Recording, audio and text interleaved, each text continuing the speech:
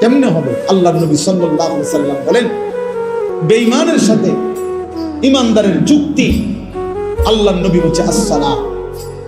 নবীজি বলছেন আল আহাদ, চুক্তি। মানে আল্লাহ তাআলার নবী বলছে আমরা যেন বেঈমানের সাথে এই কথার ওয়াদা করে নিছি, চুক্তি করে নিছি, তুই আল্লাহকে সিজদা দিবি না, আমি ওয়াদা দিলাম, আমি তোর সাথে চুক্তি করলাম, আমি মৃত্যু পর্যন্ত আমার আল্লাহকে সিজদা দেব। এটা হলো মুমিন আর কাফেরের চুক্তি, অর্থাৎ তুই সিজদা দিবি না, আমি দেব। আল্লাহর নবী বলছেন ফারকু বাইনানা ওয়া বাইনাল কুফরি ওয়াশ শিরক, আমাদের ইমানদারের মাঝে আর মুশরিক কাফেরের মাঝে পার্থক্য আসসালাহ, নামাজ। নামাজ, ইমানদার সিজদা দেয়, নামাজ পড়ে, মুশরিক বেঈমান নামাজ পড়েন। নবীজি সাল্লাল্লাহু আলাইহি সাল্লাম বলেছেন মান তারাকা সালাতাম মুতাআম্মিদান ফাকাদ কাফারা, যে ইচ্ছে করে নামাজ ছেড়ে দিল সে কুফরি করল। খোদার কসম বাপ, তো রাসূলুল্লাহ সাল্লাল্লাহু আলাইহি ওয়াসাল্লামের হাদিস। তুমি যদি দুই চার শব্দ পড়ালেখা করে কিছু বুঝো, আমরা তো পড়ালেখা করছি, আমরা বেকুব দেখে নি নামাজ পড়ি, আমরা বোকা দেখে নি হালাল খাইতে চেষ্টা করি, ওকে আহম্মক না, পড়ালেখা নাই। আমরা আমার তো সার্টিফিকেট আছে অনেকটি, কয়টা সার্টিফিকেট লাগবে? হ্যাঁ, এক পলিথিন সার্টিফিকেট হলো আমার। আমি তো সারা বাংলাদেশে ফার্স্ট হয়েছি আলহামদুলিল্লাহ, সারা বাংলাদেশে। 1998 সালে সমগ্র বাংলাদেশে 1 নম্বর হয়েছে। আমার অনেক সার্টিফিকেট আছে, এটি কই আছে কইতেও পারি না, আমি তুলে রাখছি। অর্থ হইল না বোকা না, সেজদাওয়ালা কি বোকা চাচা? ওরা কি ভাবছে, ওরা কি ভাবছে? শয়তান দুশ্মন ওদেরকে একটা চুলের মধ্যে লাগায় রাখছে, যে সারাদিন চুল ফিরাইবা এভাবে ভিতরে একটা কাম দিছে, শুধু চুলেটারে ফিরাইবা, চুলের উপরে 3 মাসের ডিজাইন বদলাইবা, চুলের উপরে কমপক্ষে 500 টাকা চুলের সেলুনে খরচ করবা। কারণ একেবারে স্পষ্ট কথা মনে রাখবেন, ছেলে বাবা মনে রাখো, চুলের উপরে ব্যস্ত থাকা, চুল নিয়ে, চুলের সৌন্দর্য, চুলের মধ্যে রূপচর্চা, চুল নিয়ে ব্যস্ত থাকা, এটা নারীর স্বভাব। এই জন্য এই পৃথিবীতে নারীর চুলের জন্য হাজারো আইটেমের তেল প্রসাধনী আছে। নারীর সৌন্দর্য তার চুলে, এই জন্য নারী তার চুল সুন্দর রাখা, লম্বা করা, চুলের উপরে, সৌন্দর্যের উপরে বহু ফিকির করে। এই জন্য যে সমস্ত ছেলে এই চুল নিয়ে ব্যস্ত, তোর মধ্যে মূলত পৌরুষ নাই, নারীর স্বভাব তোর উপরে গালেব, এই জন্য তোর মধ্যে এই মানুষের পুরুষ যেটারে বলে ওটা তুই হারায় ফেলছে।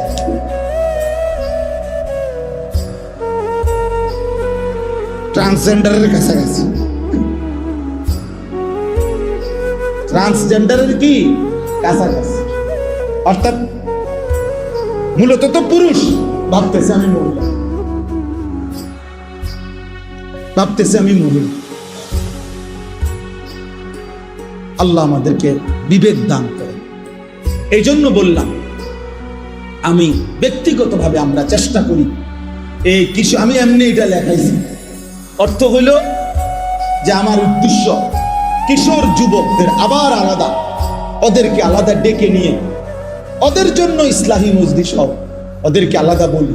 আমার মাদ্রাসায় ফেব্রুয়ারি মাসে 8 ফেব্রুয়ারি আলহামদুলিল্লাহ একবার সকাল 10টা থেকে আসর পর্যন্ত আমাদের মাদ্রাসায় আমি শুধু এই 15 থেকে 30 বছরে একদম কাগজে কলমে এন্ট্রি করায় দিনব্যাপী আমি নিজেও, আমার শায়েখ আল্লামা মুফতি মুশতাকুন নবী কাসেমি, আসরের পরে যিনি বয়ান করছেন আমাদের প্রিয় ভাই মুফতি ইউসুফ বিন ইকবাল, আমাদের কুমিল্লার একজন বড় আলেম আল্লামা মুফতি আমজাদ হোসাইন দামাত বারাকাতুহুল আলিয়া, একজন বড় MBBS ডাক্তার, দাওয়াত ও তাবলীগের সাথী, উনারের সহ দিনব্যাপী শুধু 15 থেকে 30 বছরের ছেলেদের জন্য আলাদা ইসলাহী মজলিস করছি 10টা থেকে আসর পর্যন্ত।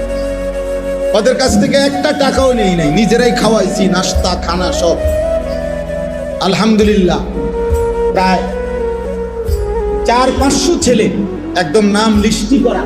ওই যে ওই ভাই গেছে মাশাআল্লাহ, নাম লিস্টি করা 4 থেকে 450 ছেলে উপস্থিত হয়েছে। আলহামদুলিল্লাহ। তো এই জন্য আলহামদুলিল্লাহ আল্লাহর দয়ায় ওই একদিনের এটা করে হিম্মত হয়েছে। এই জন্য এই আগস্ট মাসে ইনশাআল্লাহ আমাদের মাদ্রাসা, আমার মাদ্রাসা হলো কুমিল্লা ক্যান্টনমেন্টের উত্তরে ময়নামতি সাহেবের বাজার। ওই বাজারে নামলেই আমার মাদ্রাসা জিজ্ঞেস করলে আমার নাম দেখায় দিবে। ওইখানে এই আগস্ট মাসের 5, 6, 7 এই 3 দিন, মঙ্গল, বুধ, বৃহস্পতিবার, এইবার নিয়ত করছি যে 3 দিন ব্যাপী তারবিয়াতি প্রশিক্ষণ মজলিস কোর্স। আমার মাদ্রাসা ওই সময় বন্ধ থাকবে, এই জন্য ছাত্ররা সব বাড়িতে চলে যাবে, পুরা মাদ্রাসা বন্ধ অবস্থায় নিয়ত করছি যতজন ছেলে হয় সারা দেশের ইনশাআল্লাহ এই 15 থেকে 30 বছর বয়সী ছেলেরা 3 দিন থাকবে। আগের দিন সোমবার 4 তারিখ মাগরিবের নামাজের আগে আগে এসে উপস্থিত হবে। মঙ্গলবার ফজরের পর থেকে বৃহস্পতিবার আসর পর্যন্ত এই রাত দিন একসাথে ইনশাআল্লাহ আমার ওস্তাদ আছে, আলেম আছে, আমার ওনাদেরকে মাধ্যমে এই কিশোর যুবক ছেলেদের জন্য ওযু, গোসল, নামাজ, রুকু, সেজদা, ছোট্ট কয়েকটা সূরা, কয়েকটা দোয়া, আত্তাহিয়াতু, দুরূদ শরীফ, দোয়ায়ে মাসুরা, বিভিন্ন সুন্নাত, মোটা দাগের মৌলিক এবং তার নৈতিক চরিত্রে ক্ষতিকর কি কি জিনিস, মদের অপকারিতা, জুয়ার অপকারিতা, তারপরে নারী জিনা ব্যভিচারের অপকারিতা, এর থেকে বাঁচার উপায় কি ইত্যাদি বিষয়ের উপরে ইনশাআল্লাহ রাত দিন মিলে আমি নিজে শহর থেকে প্রশিক্ষণ কোর্সের আয়োজন করছি। আলহামদুলিল্লাহ। এই জন্য এখানেও যত ছেলে আছো তোমাদেরও ভাইয়া দাওয়া, কোনো শুধু সামান্য একটা কাঁথা বালিশ নিয়ে যাবে, কোনো ফি দিতে হবে না, ওর নাস্তা, থাকা, খাওয়া সব আমার দায়িত্ব ইনশাআল্লাহ, আল্লাহ করায় ইনশাআল্লাহ। দেওয়ার জন্য বহু আল্লাহর বান্দা আছে, কোনো সমস্যা নাই, আটকাবে না এগুলো ইনশাআল্লাহ। 3 দিনে যত খরচ হয় সব আল্লাহ ব্যবস্থা করবে ইনশাআল্লাহ। শুধু কিশোর যুবকদেরকে দাওয়াত দিন, অর্থাৎ উদ্দেশ্য হলো এইটাও একটা আলাদা ডিপার্টমেন্ট পাঠ করে আলগা ভাবতেছি যে ওদেরকে বুঝানো দরকার। চেষ্টা করে দেখি 100 জন ছেলেরে বুঝাইলাম, হতে পারে যদি একজন নামাজি হয়ে যায়, কি বলেন, হইতে পারে না? একজনই হয়ে যাক না।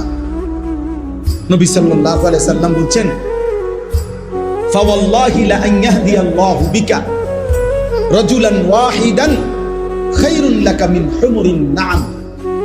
আল্লাহর কসম, তোমার দ্বারা একজন ব্যক্তি, রাজুলান ওয়াহিদান, একজন ব্যক্তি তোমার দ্বারা হেদায়েত পাওয়া, আল্লাহর রাস্তা পাওয়া, গোটা আরবের সমস্ত দামি উট তোমাকে হাদিয়া দেওয়ার চাইতেও কোটি গুণে উত্তম।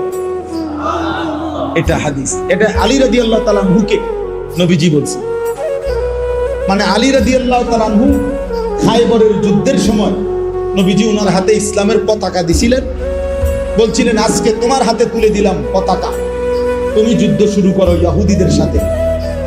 তো হযরত আলী তো আলীর শরীরে একটা জোশ এসে পড়ছে। আলী রাদিয়াল্লাহু তাআলা আনহু বলছে, ইয়া রাসূলুল্লাহ, আপনি শুধু বসেন, এখান থেকে শুরু করে ওই মাথা পর্যন্ত ইহুদি যা আছে সব সমান করে দেন,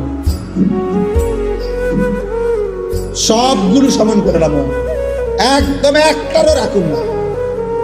আল্লাহ নবী সাল্লাল্লাহু আলাইহি ওয়াসাল্লাম তখন আলীরে বলছে, আলী থামো থামো, রাখো, আগে প্রত্যেকরে কিন্তু কালেমার দাওয়াত দিবা, এরপরে যদি না মানে তারপরে যুদ্ধ করবা, অর্থাৎ ঈমানের দাওয়াত দিবা আগে। তখন নবীজি ওনাকে বলছে, শোনো, যদি তোমার দ্বারা একজন ব্যক্তি হেদায়েত পায়, আল্লাহকে পেয়ে যায়, কালেমার সন্ধান পায়, তো গোটা আরবের সমস্ত দামি উট তোমাকে দেওয়ার চাইতে এটা উত্তম হবে। কোরআন শরীফে আছে সূরা ইয়াসিনের মধ্যে তিনজন রাসূল নবীজি সাল্লাল্লাহু আলাইহি সাল্লামের পূর্বে তিনজন রাসূল এক এলাকায় আল্লাহর কালেমার দাওয়াত দিছে। ওয়াদরিব লাহুম মাসালান আসহাবাল কারিয়া ইদ জাআহাল মুরসালুন, এখানে আছে ইদ আরসালনা ইলাইহিম ইসনাইনি ফাকাদ্দাবুহুমা ফাআজ্জাজনা বিসালিসিন ফাকালু ইন্না ইলাইকুম মুরসালুন। এখানে সূরার মধ্যে ঘটনাটা আছে। তো ওইখানে আছে তিনজন রাসূল দিবানিশি মানুষকে আল্লাহর দিকে দাওয়াত দিছে, বিনিময়ে তিনজনের দাওয়াতে কালেমা পড়ছে, ঈমান আনছে কেবল একজন। তিনজন রাসূলের রাত্র দিনের মেহনতে আল্লাহর অনুগত ইমানদার বান্দা হইছে কয়জন? একজনই শুধু। ওয়াজাআ মিন আকসাল মাদিনাতি রাজুলুন, এই একজন। তাহলে আমার পুরা জিন্দগি যদি হাজার বার লাখো বার বলার পরে যদি কোন এক আল্লাহর বান্দা আল্লাহকে পেয়ে যায়, সেজদার সন্ধান পায়, আখিরাত পেয়ে যায়, তো এটা জীবনের সবচেয়ে বড় অর্জন।